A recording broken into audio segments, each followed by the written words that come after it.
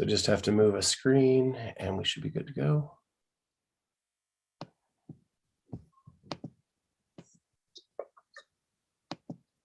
All right, we are live on YouTube, everyone, with the Clydesdale Fitness and Friends. I am low on friends tonight, but I have a really special one in Dave Newman, the CEO and founder of RX Smart Gear and our title sponsor. Good to see you, Dave. How are you? Hey, what's up, Scotty? I'll be your friend anytime, bud.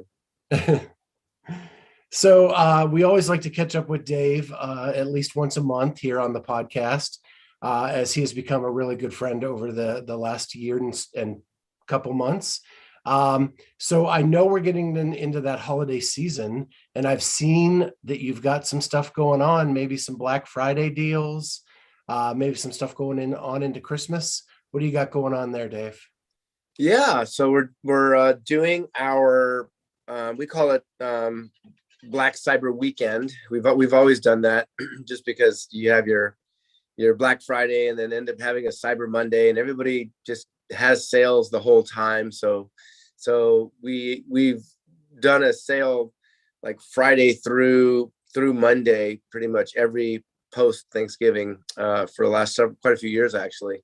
So we call it our Black Cyber Weekend sale, and I think it's kind of a tiered sale. We should have it up on our Instagram and on our website. Tiered sale that, depending on how much you spend, you get a discount off your total cart, at three different tiers, and then we're also going to have a warehouse sale on Saturday, the Saturday right after Thanksgiving. We're going to open up for 4 hours from 10 a.m. to 2 p.m. and just bring out a bunch of clearance items and blemished items and things that we didn't want to sell new because it didn't pass our QC, but they're perfectly great usable items. And we're going to put those on sale, as well as everything that's on our website will be available for the discounted sale as well. And some people can come in and try out the air box or the air mat, or try out the different ropes, and we might even get a little coaching in while they're at it. We're going to have our friends from Invictus will be out, and I think they're going to be selling hypervolts, hyperices, those bunch of those items. And I'm not sure what else the team has lined up. So it should be a fun few hours to hang out. We'd love for people to come out and just hang out with us. Yeah, it made me wish I lived in San Diego and maybe the cold back here in Columbus, as it is getting extremely cold. That weather would be really nice. So that's a really awesome thing. I also wanted to tell people about your TikTok. I don't know if they know that you have a TikTok out there. A lot of companies are starting to move in that direction. I've been sharing some of your TikToks on my Instagram and on my TikTok, but you've done tours of your warehouse. You've done tours of the facility. You do, was it tips with your trips whips? And whips, probably. Yeah. Trips and whips. So yeah, what do you got going on over there on TikTok? So all of that credit goes to my director of social media is Cameron. And, in a lot of our marketing meetings, we're talking about the different platforms and what's hot, what's not, what's going on. And we've known that TikTok and Snapchat are, pretty popular platforms that businesses are gravitating to. And there's maybe a younger demographic there that we can kind of get in front of. So Cameron's been getting creative and coming up with some fun stuff to kind of get out there and showcase some fun things. And it's neat with these different platforms in that they have kind of a different vibe, right? Like it's a little, people I think are expecting different type of content on each of those platforms. So, and there's always trends, obviously. My son is really big on TikTok with his pottery business. So we're really familiar with a lot of the trends and things that happen on TikTok. So it's really interesting to figure out, okay, well, how can we make our company and our products and our teaching interesting on TikTok? So it's a work in progress, but I appreciate you looking at it and paying attention to it. Yeah. because I've never seen your facility. It was really cool to kind of get that quick behind the scenes of your storefront and the warehouse and all of that. All I get to see is wherever you happen to do an interview with us from. Oh, gotcha. Yeah. Yeah, I think it's kind of a unique, little bit of a unique place. I think it's probably one of the only facilities in the world that does what we do, right? Where we actually manufacture our own product. We design and manufacture our own product, and or we'll bring all the components and parts that we've designed in-house, and they're all assembled here. And then we'll bring people in and teach them how to use it. We'll put it together for them. We'll, sell it on the spot, as well as all of our, HQ administrative type duties. So it's really got a lot of wrinkles to it. Yeah, I do have a jump rope question for you. It was funny when I was at the Masters Fitness Collective, I reached out to you and said I bought one of your drag ropes. Fun. And I know my co-host Kat has one. So what tips can you give me with the drag rope so that I can be better than her? Awesome. I love the competitiveness. So, it's kind of the same thing we say with a lot of our heavier training ropes as well. The shorter you can go, the better, right? The longer the rope, then the more air drag you're going to encounter. So the shorter you can get on the rope, and that comes with dialing in your technique, really learning how to have your hands in the right position close to your body, and understanding that the tolerance clearing your head and clearing your feet is going to be a little reduced. But if you can maintain that, you're going to have greater efficiency, right? Getting that rope will get around your body a little quicker. And with drag rope and with any of our heavy stuff, it's bounding a little higher and just keeping tension on the drag rope, but not feeling like you have to like race it really fast. And that's where I think people kind of fry themselves out prematurely, because they think, oh my gosh, I have to work so hard that I have to just drive my wrist rotation so fast. And you may have to drive them a little bit, but really it's just about keeping tension on the rope, because the rope is a little stretchy, so keeping tension on it at all times, and you don't have to race it quite as fast as you think. But regardless, it's going to spike the heart rate, and it's going to make you work harder than if you were using a speed rope or a cable rope, for sure. So hopefully that helps. Bound a little higher, go shorter, keep tension. Okay. I know we have a couple people in the chat. So if you have questions for Dave about jump roping or anything RX Smart Gear, make sure you throw something in there. So my other question about that drag rope is it doesn't spin like your other ropes. It doesn't have ball bearings and Nope. and a fancy thing. So is there a different way that you swing the wrist or spin the wrist? Same way? Yeah. So, well, it's the same way that we always promote, not that everybody does it the way we like to teach it, but you definitely want, here, I'll use a prop. If this pen was my jump rope handle, we always want you to have a nice relaxed wrist motion. I don't know, you're able to see that, right? Yep. So just a nice relaxed wrist motion. What a lot of people we notice tend to do, even with a speed rope, is they'll lock down their wrist real tight and not allow any movement in the handle. And they'll just try and make tight little movements, at the handle of the jump rope, not at the wrist, and let the wrist be a little bit more relaxed. So if you can learn how to keep control of the handle with your fingertips, right? Not your palm. Keep control with your fingertips with a light wrap around the handle. That allows your wrist to be a little more disengaged, a little more relaxed. Then you can have those nice wrist swirls, and it makes it a lot easier, for sure. It makes the rope turn without getting tangled. I know some people, the rope will start to kind of twist up on them or tangle up. I think that's what Kat mentioned previously when we got online. And and that's because you're stiff wrist turning. You need to relax those wrists. So she needs to keep those wrists stiff so I can be better than her. Yeah, or that. Exactly. Yeah. Okay. Exactly. Awesome. Yeah, great question. So I'm going to ask you, we have Thanksgiving coming up this weekend. And I wanted to ask you, do you have any Thanksgiving traditions at your house? We do. My wife's my in-laws, my wife's parents live across the street from us. We're thankful enough to have them nice and close. My family is out of state.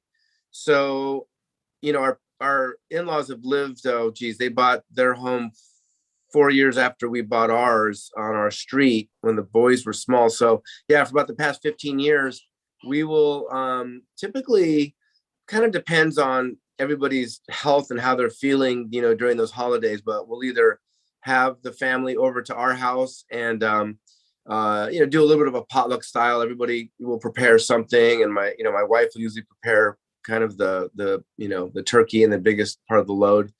And and we get together and have Thanksgiving, and it's very casual. We'll eat and catch up and watch a little football, which I love doing it at my in-laws' house because they're retired, they have cable, and that's the only time I get to watch football. We don't have cable anymore, so I don't get to watch football at my house very, very often. So and then my wife's sister has two little boys, my nephews that are just adorable little guys. So we're always horsing around with them and playing and doing things with them. So it's just good family time. It's just nice to hang out and relax together. Yeah, I like that casual Thanksgiving. It's funny. I when I can get back to Pennsylvania, it's been a couple years because of the quarantine Yeah. that I've been home for Thanksgiving. I get to spend it with my mom. I lost my dad last year. I think you experienced the same thing. Yeah. And so it's my first Thanksgiving to go home after that. And it's like a Friendsgiving because we don't have a large family anymore. So we get together with other friends and we watch football, we eat good food, and then we play board games Oh, nice. into the wee hours of the evening and just kind of spend time together as a bunch of friends. And so that's what we do every year. And I'm looking forward to that this year since we missed out last year. There you go. Yeah, that'll be nice. That'll be good for your mom for sure. Have you home. Yeah. And then the other Thanksgiving question I have for you is if there was one thing you could remove from the Thanksgiving table, the traditional Thanksgiving table, what would that one thing be? Ooh, remove. Let's see. Let me go through because I like everything. That's really probably the biggest problem with Thanksgiving is there's just so much good food. And I try not to go back for seconds anymore. I just try and get it in one plate. And I also try not to overeat anymore because that's a bad habit for me. So what do I not like? I mean, I love, what is it? What is that dish called? Some kind of a candy apple beets or something with beets, I think. Uh, yeah, Am I you saying it you right? had me at beets. Yeah. I am not a fan. Yeah, I think it's beets because I love ham, I love turkey, I love stuffing, I love mashed potatoes and gravy, I love string bean casserole, biscuits, dude, you name it all. I mean, I love it. I love it all. So yeah, it's super fun. Yeah, mine would be surprising. Mine is the turkey. Oh I yeah. I am not a turkey guy. Like I like turkey as like a lunch meat. I like it, but when you cook that whole turkey, it dries out so bad. Yeah. Like so I just want some ham and be done with it, and you can leave the turkey off to the side. You know what? I think I'm gonna adopt your choice because I agree. Dry turkey. It's probably nothing worse than dry turkey, and I'd Yeah. much rather have ham myself. Yeah, I'm with you there. So Yeah. dry turkey it is. So before I let you go, Dave, do you have anything else going on with RX? You got anything new coming out? I know you're always in the laboratory messing around and trying to come up with new ideas. Yeah, I do. Yeah, I have something right. I actually have something right here under the phone that I'm not gonna. Or maybe I can tease. Let's see if it even pops up. I have something here I'm working on that I think is going to be a really fun product. I don't want to give it away just yet. It's nothing too top secret. And in fact, I think once I come out with it, I'm probably gonna even come out with a video to show people how they can DIY and make their own because it's not really something that you know I would consider of high intellectual property that I need to try and protect. But I think it's a really, really cool idea to help people get better at rope climbs. Yeah, I don't think we talked about that before, did we? On the podcast? No? Cool. Well, I'm a big rope climb geek. Like I love analyzing and teaching it. And I don't think a lot of people know that there's actually 4 different kind of footlock techniques that you can use. A lot of people are only familiar with 2 or 3 of them, but there's actually 4. And it's kind of like the Goldilocks syndrome of, one's easy, one's hard, one's in the middle, right? Like I have my favorite that I like and always try and promote and coach. So anyway, that'll be a fun project. I'm not quite ready to throw that out yet. But some of the things that we're involved with that I'm pretty excited about actually are, well, number one, I have it up here on the screen now, is something Kat actually turned us on to, the Green Beret Project. So we're participating and supporting that foundation, which is really doing amazing things, helping at-risk youth. And we thank Kat for, bringing that to our attention and getting us, linked in so we can get involved and show some support. So anybody that is interested, go check out Green Beret Project on Instagram or on their website, thegreenberetproject.org. It's a nonprofit. And we actually had Adam on way back, like episode 36 or 37, somewhere in there. Okay. So check that out. And to hear the origin story of how all that happened and how it came together. They don't make movies as good as that story. So make sure you go back and check that out. Episode 30, you said? I think it's 36, 37, 38, somewhere in that range. I'll put it in the show notes. Okay. With a link to that. Oh, great. No, I'd love to be able to see that. Yeah. So it seems like a really amazing project. They're doing great stuff. So we're excited about that. And I know we're involved with a bunch of other projects trying to support other nonprofits and things, but early December is going to be the Legends Masters Championship here in San Diego. And we're once again a sponsor. We've been sponsoring that event for a few years. And this is going to be a really good one. I'm super excited. The guys are really doing an amazing job. The venue is, probably one of the better venues in San Diego. It overlooks the San Diego Harbor and downtown and Coronado. So that's, I'm really excited about what these guys are doing. These guys, along with the guys over at Masters Fitness Collective, with their event out in Indiana, which we also support. It's great that these organizations are really propping up, Masters athletes and getting them, treating them like legit athletes with just the way they're, welcoming them, the swag bags, the apparel, the programming with the workouts. Like, something I want to say, like, that I'm super, super proud and just stoked. These guys, their programming, I think it's already been announced that they're using the Kronos and Hades rope for the Legends comp. And, that's our 1 pound. Kronos is our 1 pound jump rope, and Hades is our 3/4 pound. And I think what a lot of people probably don't realize is those ropes are harder than anything that even the individual CrossFit Games athletes have ever used in competition. They've been using heavy ropes at the CrossFit Games in 2016 when we introduced Dave Castro to our Zeus heavy rope, and he fell in love with it, thought it was great. Well, Zeus is only a 1/2 pound. The cord is only a 1/2 pound, and that was one of our earlier heavy ropes. So they did not use our heavy rope for the games. Rogue made their own, and Rogue added a wrinkle by adding weight into the handle as well. So they used the 1/2 pound cable that I set them up with, kind of guided them to, and then they added weight into the handle. And I got to consult on that and test it out before the 2016 games.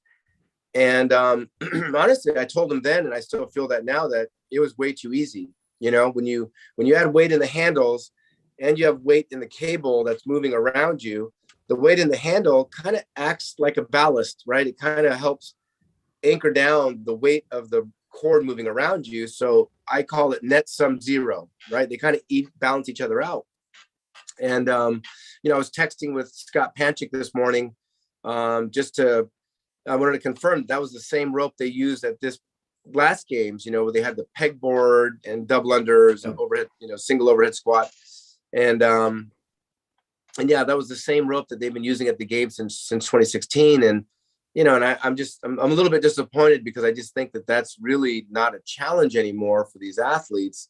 And kudos to the Legends guys that, are programming Chronos, which is a 1 pound cable, no weight in the handles at all. It's all in the cable. You've got that dynamic weight moving around your body, and you have to try and stabilize and control it. And people are afraid of like taking out their toes with it.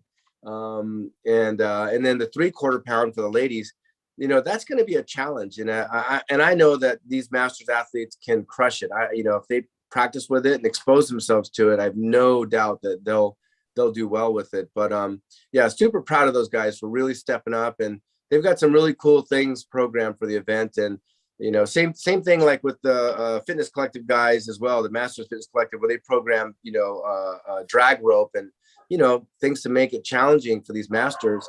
Super stoked on these guys, so I'm happy to support it. I hope people can get out to San Diego and come watch. Yeah, I don't know if you know, but Kat has an athlete competing at the Legends. Yes, that's great. That's qualified, and she is going to be there. So you'll have to make sure you find her. Beautiful. And hook up with her because she'll be there for the weekend with her athlete. This is the first time she's an athlete qualify for a competition at this level. So she's pretty stoked. Yeah, it'll be great to see her. Yeah, we're there with a booth. We'll be set up and presenting our gear and teaching and whatnot. But it's a big event. There's over 400 plus athletes competing in this, so it's a really big event. And I've been down touring the venue the last couple of days, meeting with the organizers and going over details. And yeah, pretty stoked for how this could go off. So fingers crossed. We have great weather, which most of the time we do in San Diego, but there is that occasional drizzly day, or overcast day. But if we have great weather, man, it's just going to be an action-packed weekend. So looking forward to it. You're not going to be able to make it out, huh? I don't think so. I think the back surgery is going to run right around that time. Okay. So I'll probably be laid up for a couple weeks. But I eventually want to get out there. And I do want to point out to our listeners that, we had Dave Castro on the show, and he said that these people are running these so well that there's probably going to be a time where these guys, either Legends or MFC or combined together, are going to be the host of the age group games.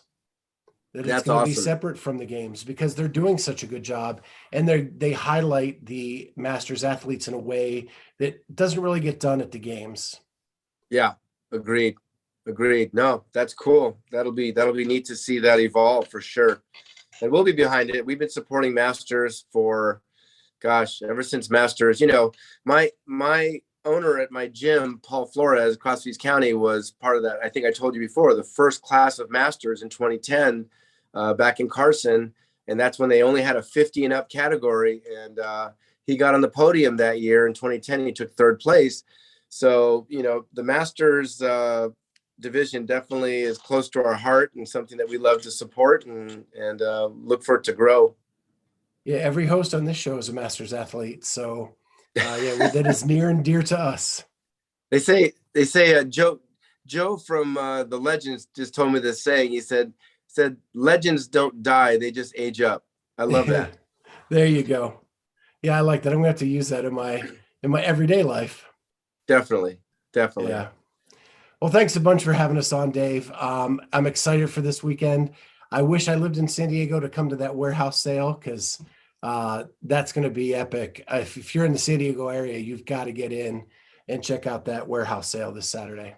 Yeah, that'd be great to see people. I may even give people 1-wheel lessons. We'll have the 1-wheels out and get people on 1-wheels. I love doing that.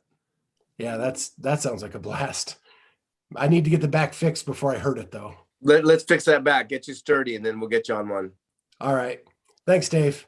Good chatting with you, Scotty. We'll talk soon. All right. Talk later. Bye-bye. Bye. Well, now I am riding solo tonight. So if you're on the YouTube channel with me and you have any questions or anything you want to talk about, we can go back and forth a little bit with whatever you have on your mind, and we can make this show yours. The one thing that I wanted to address while I was on here tonight, and I'll do it by myself, just to let you know, Kat's been talking about a new space that she's buying. She did get the keys. That's probably where she is tonight. She said she was tentative because of everything going on there. So make sure that you think about her as she's opening up that new facility. We're really super excited for her, and we're hoping to do some stuff live from her facility once it opens to kind of commemorate that. The other thing is Amy's daughter was in a little fender bender just at the top of the show. She was with us, had to bolt off and go take care of her. So that's where she is right now. But the one thing that I really wanted to talk about is last week we talked briefly about how Eric Roza sent a letter to the staff of CrossFit headquarters and to the affiliate owners about his battle with depression. And we talked about it briefly on this show about how we thought that was a good thing. Kat had some devil's advocate kind of side of that a little bit. And what I found this weekend is I was listening to the Sevon podcast, and he was making some very disparaging comments about the CEO coming on and saying that he was depressed. I think that is unfair. I think that good leaders are real. They're not superheroes. Good leaders are people that you listen to, you understand, and that they can relate to you in ways because they've gone through something. And that way you guys can we as a group can go through it together. Eric Roza was just admitting that he's struggling with something. It doesn't make him a bad person. It doesn't make him a bad leader. It makes him human. And someone who's being transparent about it. And so that you understand as you're going through things. Sevon was trying to make it out to be that was an excuse. That was an excuse for not performing in a way that he should be performing at this point in his job duties as CEO. I find that a bit appalling. I think that he was just being honest with us. The one thing that was lacking under the previous administration of CrossFit was transparency. You never got anything out of HQ. You never heard what was going on there. And the fact that this leader is being so transparent to talk about his personal struggles does not mean that he is not fit to lead a group. It just means that he's seeking help and he's doing what he can to be a better person every day. A year ago on this show, I was just a couple weeks after my dad passing away, and I was a broken person. I was deeply depressed. It didn't mean I wasn't functioning. I kept the podcast going. We actually, at the time, were hitting record numbers on this podcast as I was going through those bouts of depression. I sought help. I was put on medication. It has made such a drastic 180 turn in my life with how I am today. But with my co-hosts, with the listeners' support, I was able to overcome a lot of that stuff and come through it on the other side a much better person. And I am sure and positive that Eric Roza will do the same. I just wanted to make that point because I think it's very unfair to attack somebody for being transparent and honest with the community that they oversee, that they're a part of, and that they're trying to help. CrossFit as a whole is a health organization. Mental health is part of that. And to admit that we all go through that and that we all need to seek help at times is okay.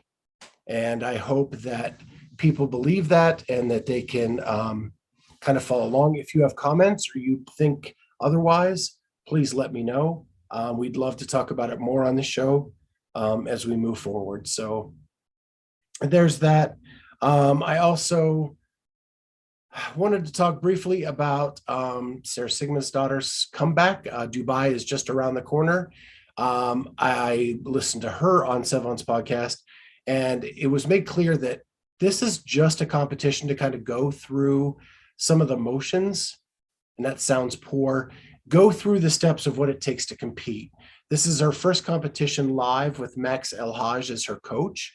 And it's a way, even though that she is not in top physical shape or truly prepared at a games level to compete in Dubai, she needs to go through the process so that she can see what that's like, and she can work with Max, and that she can do those things. And so I hope that she gets that we've talked about it, that it's been a struggle for. Hey, Kat, I see you. If you're available, you can always jump on. Hey, Cheryl.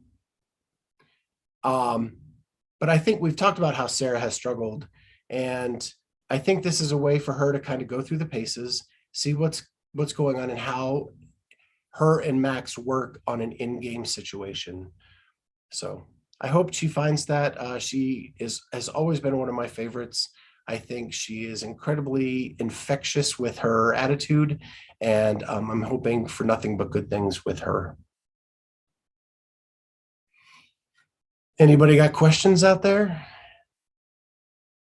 As we are riding solo tonight.